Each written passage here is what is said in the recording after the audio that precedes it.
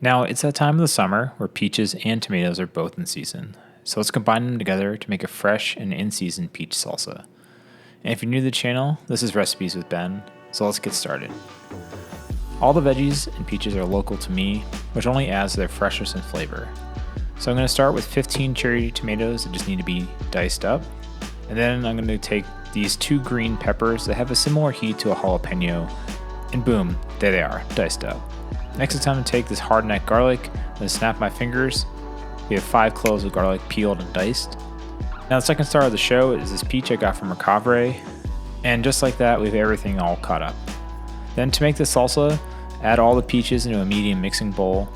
That's followed by 15 of those diced up cherry tomatoes, and then next up is the diced green peppers, and finally the 5 cloves of diced garlic. At this point, you can season the taste with salt and add a half a teaspoon of cumin.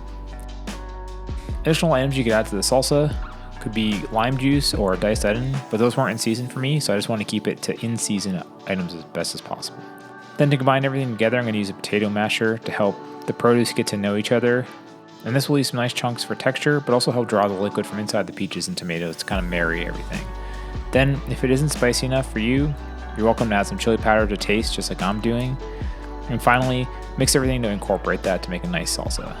Then I quickly make some homemade flour tortilla chips by frying up a cut up tortilla in a cast iron and a little bit of veggie oil just until they're golden brown on both sides. And that full recipe will be down below if you're interested.